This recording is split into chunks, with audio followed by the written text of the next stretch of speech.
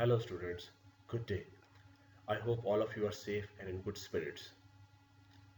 In the previous class, we started system calls and today we will try to complete this. System calls can be considered as a high level function provided to us by the operating system libraries. So operating system provides us a function that is used to perform a certain job, and we do not bother about how the actual working of the function is executed. We are only concerned about the parameter passing, function call, return values, and in a high level language we can achieve the performance through system calls.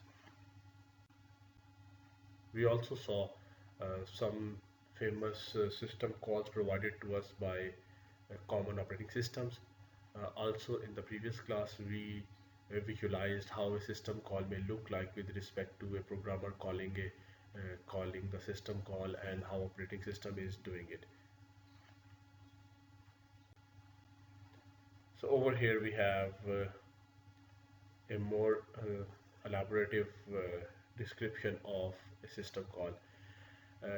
This is an example where a source file is copied into a destination file.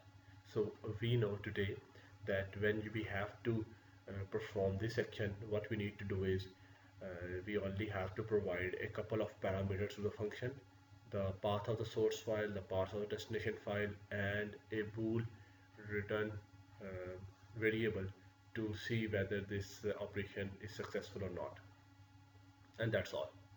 However, beneath the surface, you can see that there are several other steps that are in execution. For instance, you can see that when we are at the system call level, it acquires the input file name, and then it accept input.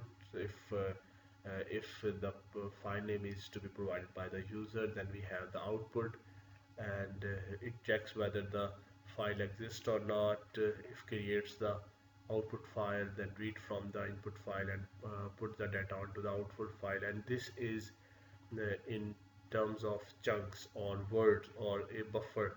That is the maximum capacity of for copying the data from the one file to the other. And the whole set of commands are there for the execution of just a simple copy and paste operation from the source file to the destination file. So over here we have an example of a standard function. You can see that the function is read, and we provide multiple parameters to it as well as different return types. And we know that we have file descriptor in here, and then we have a buffer, and then we have the number of bytes that will be read from into the buffer from the file. So we can see that it has different parameters, and we only have to concern about these parameters, nothing at all. We are not concerned about how it actually operates. Yes, the same discussion that system calls are just invoked by the programmers or the developers, and they need not to worry about anything how the system call is implemented, but they only have to follow the rules of the function calls and need not to worry how the operating system will do it. They only have to concern about the parameters as well as the return types. Over here we have a hierarchy or the general architecture of how system calls are actually implemented in operating system. You can see that user applications are at another level where they have implemented their own applications, and they just call some function to the interface provided to you through the API, and when that function is called at the operating system level, at the kernel level, it performs all the tasks and return the results over here, and this result is returned to the user application, and they need not to concerned about how this thing is implemented. So you see it provides two layers. The first one is it provides ease to the user application. So now they need not to worry about how things at the lower level are implemented. So this methodology is adopted everywhere. So whenever you are working at the, for example, hardware level, you just provide some interfaces, some controls to the upper layer at the like the driver level, and the driver level they perform most of the task and expose some functions to the upper layer. When you are at the operating system level, you work all the details, or you provide the abstraction between the two layers, and you just expose some functions to the upper layer, higher layer.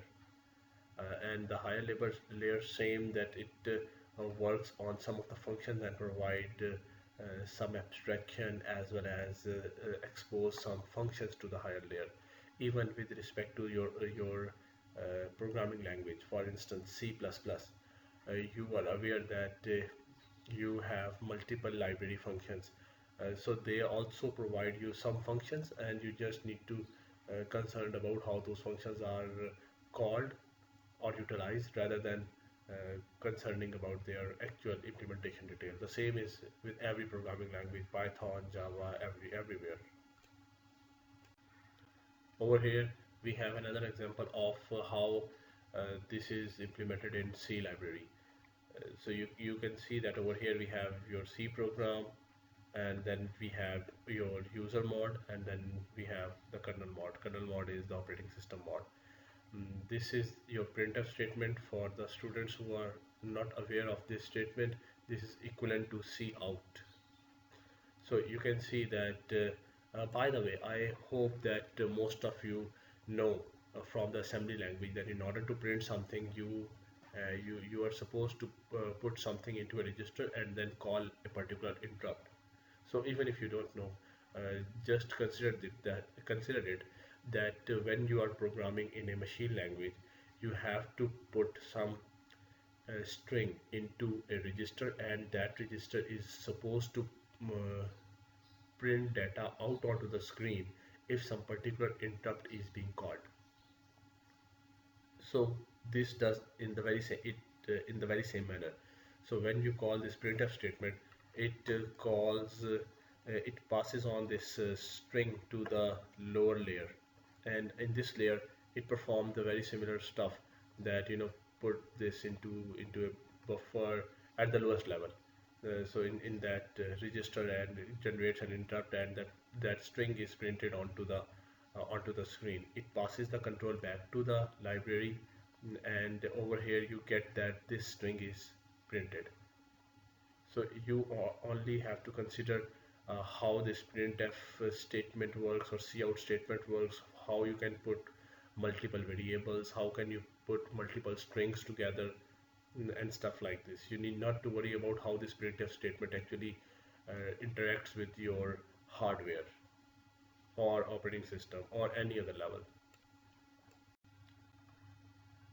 So over here we have a description of some basic system calls provided to us by some operating systems, as well as the description. You can see on the screen that these system calls are associated with the management of the process. On the coming slide you will see different system calls associated with different tasks. So you can see that this is the fork, a very famous system call, and it is used to create a child process. And likewise, for example, wait, this is process ID. So wait process ID, and over here you can see that it waits for the child to terminate. So we have multiple system calls for different reasons, for different purposes, and you only have to know which system calls work in which situation. Likewise, over here we have a set of system calls that are associated with file management. So this FD is the file descriptor that actually handles the file, and you can see that over here you have the open function, and that opens the file for reading. So then in this very same manner, this was the read function that we discussed on a couple of slides earlier, and you only have to concerned about some parameters, and So it reads the file from and put the data into a buffer.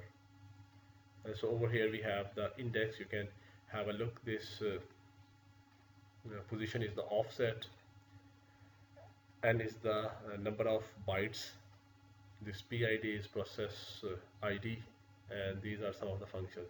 You just can explore more of them from the internet, from your book. There are a good number of these. They are over here only to give you an overview of how they look like and what they do.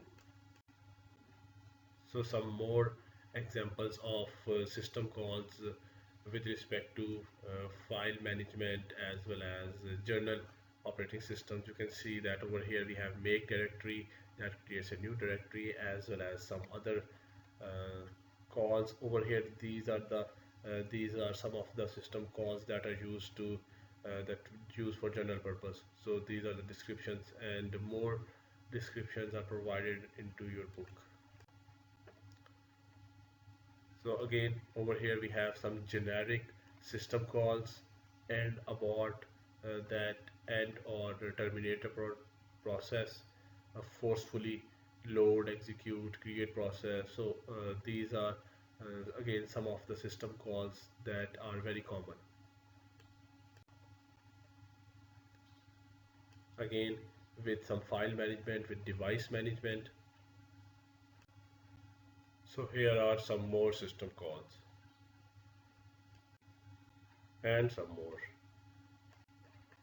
So over here we have an example of system calls in Windows type operating systems. So moving on, we have the operating system kernel. As we had discussed earlier, that kernel is the core component of the operating system. You may say that all the basic functionalities of an operating system are combined together, and we call that component as the kernel. Kernel is quite necessary, quite important for a smooth execution of the operating system, and for the smooth execution of the whole system. Uh, this is the component that most of the times we call the actual operating system, and it performs. It acts as an interface between the user application and the hardware. It contains all the management of processes. It has all the management of the hardware, and everything that is there for which the operating system is responsible for. It's enclosed, combined in the form of kernel. So you can see that the sole aim of the kernel is to manage the communication between the software and the hardware. It means that all the basic components that are associated with the management of hardware are in the kernel. It means that all the device drivers, or uh, uh, handlers that deal with different hardwares, they have to be enclosed in this kernel part. Usually, all of the tasks that we will discuss in this course, all of the major components that we will discuss in this course, they are associated with the kernel. The very first one is the process management. When we have programs onto or on hard disk, and when we execute them, they are taken out from the hard disk and they are placed onto your RAM. This is a whole process. This is done by the kernel. When a process is there in the RAM, then we have to allocate some particular memory to it. We have to make sure that two processes, they may not interfere with each other. Again, this is the job of the kernel. Then we ensure that in a fair manner the CPU is allocated to this process, as well as with other to the other processes. Again, this is the job of your kernel, that it ensures that all of these processes, they take the CPU time in a fair manner. In the same manner, when you get the result back, and you know how you are required to manage the CPU in there. So multiple processes can they may not be less responsive, they may not take more time. So again, this is the job of the kernel, and we will discuss all of this in detail in this course. along with it, when we have multiple processes going into the processor as well as coming out and again going back in, so all of this requires that processes they communicate with each other, or they may not acquire resources in a way that hinders with the execution of other processes. Again, this is the job of the kernel to ensure that processes are having synchronization, or they are synchronized with each other with their execution. Also, if some interrupt is generated by some device, it is handled by the kernel. So all of this is the responsibility of the kernel. You may say that this is the operating system that we usually discuss in such courses, and now probably you can see that there is a user mod that we used to discuss in terms of operating system when we are deciding which operating system to choose. And then there is an entirely different level which we call at the kernel level, where all of these modules are actually implemented, and about which we talk about here as computer science graduates. There are two types of kernels. One is monolithic and the other one is microkernel. Monolithic kernel provides you everything in a single module. As we were discussing a while ago, that the basic functionalities of a kernel are process management, memory management, device handling, etc. So in monolithic kernel, all of these are packed into a single module. This causes some issues, like for instance, the size was huge, and if there is a problem in one of the components, then the rest of the components they also get affected. Uh, or if you want to update something, some particular module, you have to modify the whole thing, or the whole thing is on stake. By the way, uh, all of you are familiar with the linear programming and programming through functions. So monolithic kernels are usually, the analogy can be a program that is written in a linear fashion. On the other hand, microkernel is more modular approach. So you have different modules for different tasks, like for one module for process management, one module for memory management, one module for device management, etc. Which means that the probably the maintainability, when you have to maintain it, it is a bit easier. If there is an error in one of the modules, the rest of the modules can work fine. So these are some of the advantages and disadvantages. And if you consider all the advantages that we get that we get from functional programming, all of those advantages can work fine for microkernel as well. So in microkernel, this is a newer approach in which the whole kernel is divided into small components, and all of them are written as different modules, which means that you can load and unload stuff on runtime, and the maintainability is quite easy, as you only have to work on the particular block of code that requires some fixing, compared to if you're working on the whole file. And imagine if there is an error in there, so it means the whole thing can collapse. However, over here you know that this is a function that is causing issues, and you can only focus on that. This solves the problem of always increasing size of your operating system as new functionalities are added to the kernel. And now you can have a core kernel where you may have very basic functionalities, and the very core functionalities of the operating system, and then you can have an extended layer of the kernel where you can have all the external factors, which uh, it has it provides you more maintainability, definitely, but security of the kernel is also enhanced, because you see now you have different modules, and you can select which module can interact with which other module.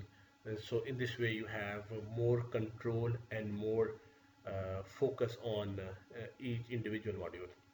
For example, if there is an issue with the network service, only that particular service is blocked, or it may not work, but the rest of the system, it will remain functional. So this enhances the stability of the system. I hope you remember that in the previous session we were discussing about having multiple processors allow you to have graceful degradation of service. So this is something like this. So if something is corrupted, only that particular service is not available. However, the rest of the thing is still functional. So our next thing is instruction execution. You know that once a program is loaded from the hard disk onto the RAM, we execute all of the instructions that are written into it. So for example, if you have a C program or any program written in high level language that you programmers write, and when you execute it and it is loaded onto the RAM, then you know that each of the instruction, it has to be executed. And by that execution, what do we mean? We mean that each of so the memory cells as well as the instruction, it is loaded onto the processor, and the key data is loaded onto the registers, and then all the operations are handled there, and then the results are stored back. So over here, this is our matter of debate for the moment, that how an instruction is executed actually. So what are the various steps that are involved in the execution of a single instruction? So when a program is loaded onto the main memory, it has to be executed. So it has to be further passed on to the processor. So for this, each instruction has to be looked at, meaning to understand what it is, decoded, and then a particular action is performed for this particular instruction. So all of these steps that are involved in the execution of a single instruction, we call it instruction execution cycle. I hope that you uh, may have familiarity with this instruction execution cycle in some of the other courses, but just to make sure that we know what it is, so it's there on the coming slide.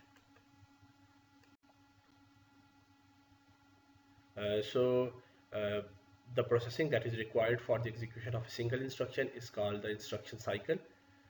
So first of all, the CPU fetches instruction from the memory. So the program is loaded onto the memory. This is RAM memory. So CPU fetches the instruction from the memory, and then it checks the address of the next instruction that is to be executed. And most of the times, this fetch instruction is loaded into the instruction register in the CPU. So over here we have this cycle represented in a pictorial form. So towards the beginning, we fetch new instruction, next instruction, execute this instruction, and then we go back. Uh, there are further elaborations to this. This is the usual thing, that every instruction is fetched and then executed, fetched and executed. So over here we have a more detailed diagram of the same thing. So first of all, an instruction is fetched from the RAM, then it is decoded, then it is executed, and then the results are stored back onto the RAM. So you can see that this is the actual instruction execution cycle.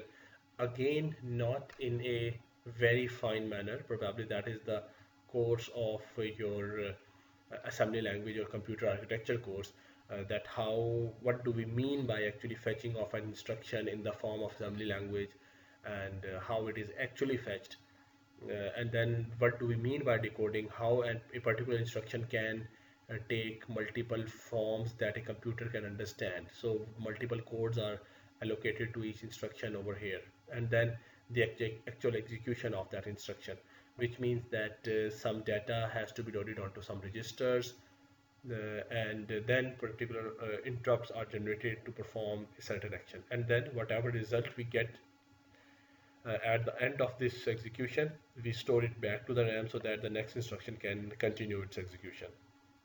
So for example, if you have uh, C equals A plus B, so if this is the instruction, so first of all, it is fetched from the RAM.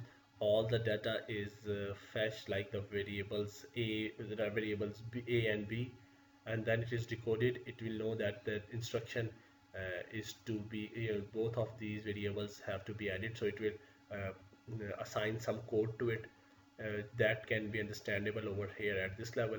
And over here, it will load the values of A and B to particular registers, and then generate an interrupt, maybe add them, and whatever result you get, you will put it into another register, and at this level the result of that particular register, it will be stored in the value of in that memory location of C to complete this execution of C equals A plus B. After the instruction execution cycle, we have job types. This is another important concept that you should get, that usually there are two different types of jobs. Some jobs we call them IO intensive jobs, and some jobs we call them as CPU oriented jobs. What do we mean by this? So there are several applications. Applications mean processes, the user applications. So there are certain types of user applications that are IO bound or IO oriented, which means that most of their working is related to the input and output devices. So for example, if we have a loop in here where the validity of k starts from 0 and goes up to 5000, and we are incrementing it by 1 every time, and we are printing it out. So you can see that for the execution of this particular increment, it's not that much task, or it won't take a bit longer compared to the printing it out. You can see that it is actually printing it onto some device, which means the involvement with the device is required. This kind of processes are IO oriented, where IO is involved, and that when IO is involved, it is a bit more slower compared to the CPU, which means that CPU has a lot of free time in there. The other type of job is CPU oriented job.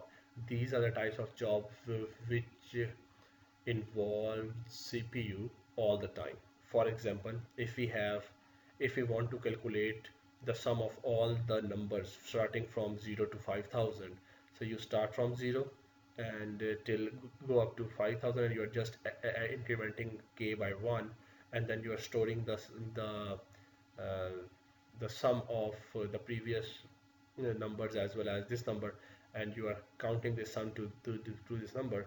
So in this way, you are not printing anything, you are not performing any other job but the CPU only, which means that every instruction is only CPU bound.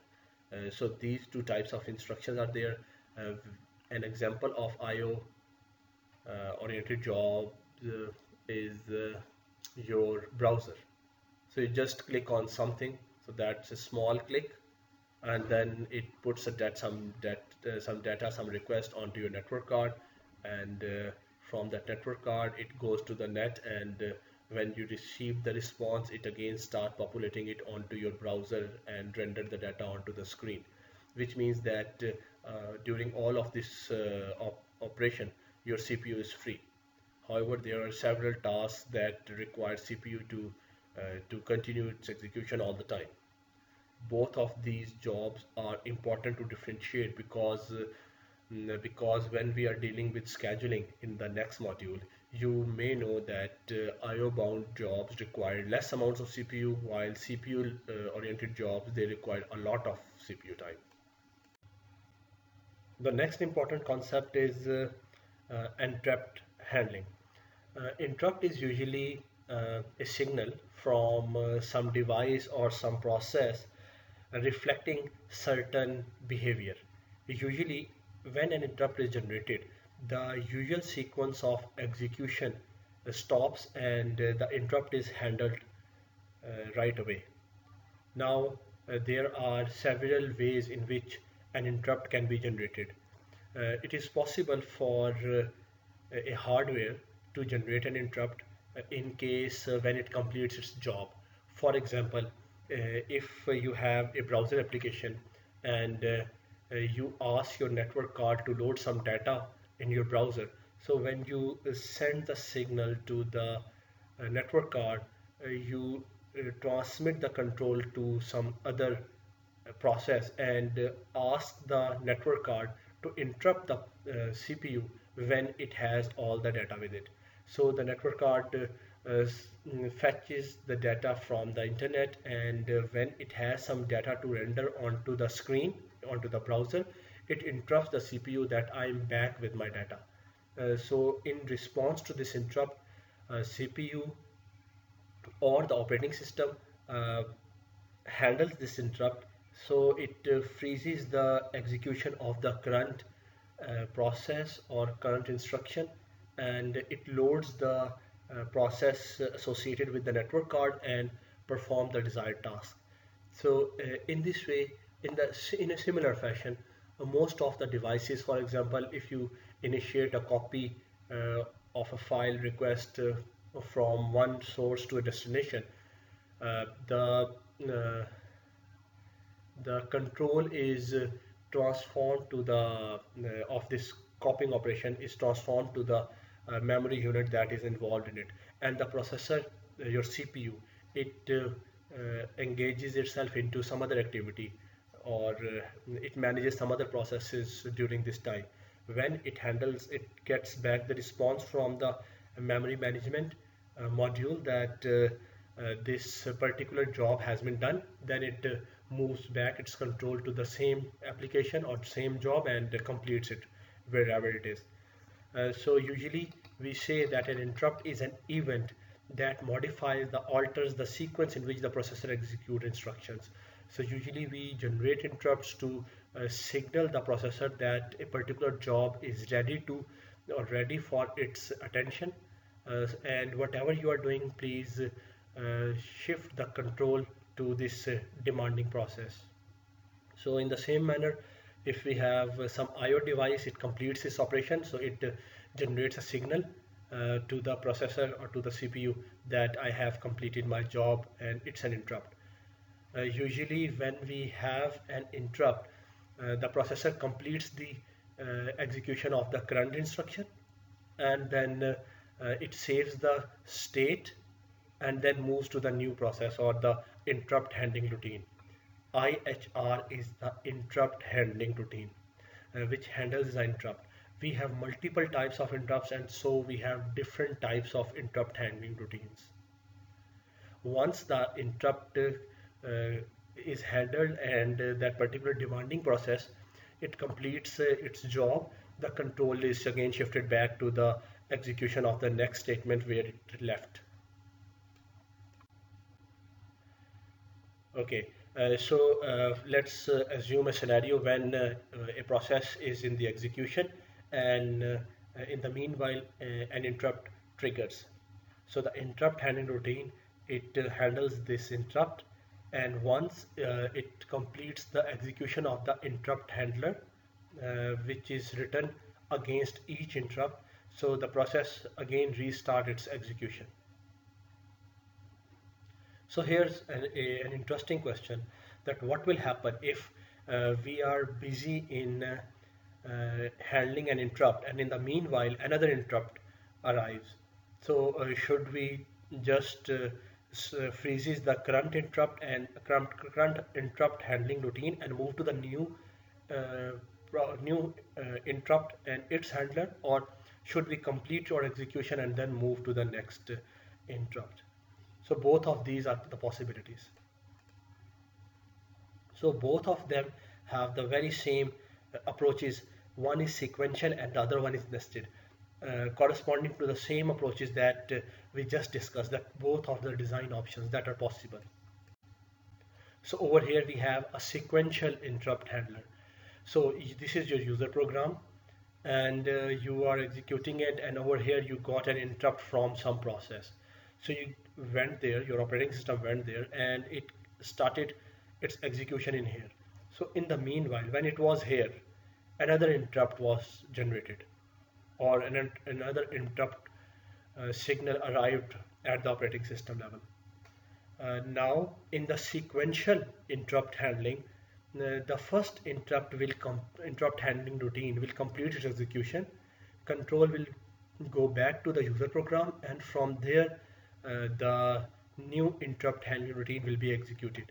And once it completes execution, and then the current program will restart re or continue its execution from the point where it left earlier. Contrary to that, in the nested interrupt handling, if the user program is executing and in the somewhere in the middle we encounter an interrupt and we are handling that interrupt through the interrupt handling routine. In the meanwhile, if we encounter another interrupt in the nested interrupt handling routine, the state of this interrupt handler is freezed and the control is moved to the next interrupt handling routine. Once it completes execution, the control gets back to this interrupt handler, the previous one.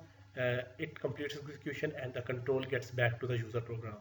So both of these are the possibilities. One is the nested interrupt handler routine and the other one is the sequential.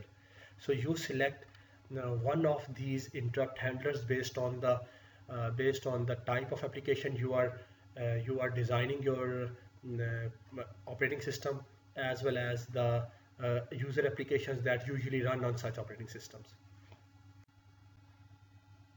So the last important concept of this module is context switching.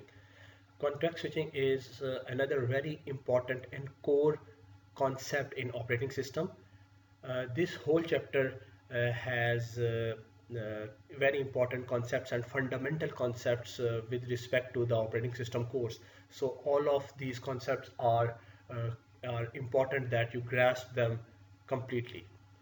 Context switching is a concept, is a process when when the operating system switches the context from one process to the other. Just like on the previous slide, we saw that we were having a user program and at some point in time we encountered an interrupt, and the current state of the system is saved. It means that whatever instruction is being executed at the moment, everything gets complete. The state is saved somewhere. The address of the next instruction, the values in the registers, the program counter, and multiple things, the values on stack, everything, they are stored somewhere. And the context is switched to the interrupt handling, just like on the previous slide. Now it means when the context is switched to the next interrupt handler or the next process, it means that all of the values that are there in that particular interrupt handling routine or the next process, they will be loaded onto the CPU. It completes its execution, and when the control gets back to the original user process, everything that we stored earlier, it will get back to the it will be restored back onto the CPU. So this was context switching, and switching of the context once again back to the original process. When we are dealing with systems where we have multiple processes running simultaneously, or in definitely simultaneous, it doesn't mean that they can be in the processor at one point in time, but simultaneously means that they are active at a moment. So they are running in parallel or in simultaneously in the system. However, you have to appreciate that the CPU has a limited set of registers, and most of them are being used when we are executing a process. The next instruction, when it arrives, all the states that are there in the CPU registers and cache and everywhere, they are utilized for the execution of the next instruction, and that is how we improve the efficiency of our execution in a system. However, when we have this multitasking, it means that all of this data has to be removed, and the new data has to be loaded onto the CPU. But when we will go back to the original one, it means that all of this data has to be loaded once again. So this loading and reloading is actually the concept of context switching. It is just discussed as a concept over here.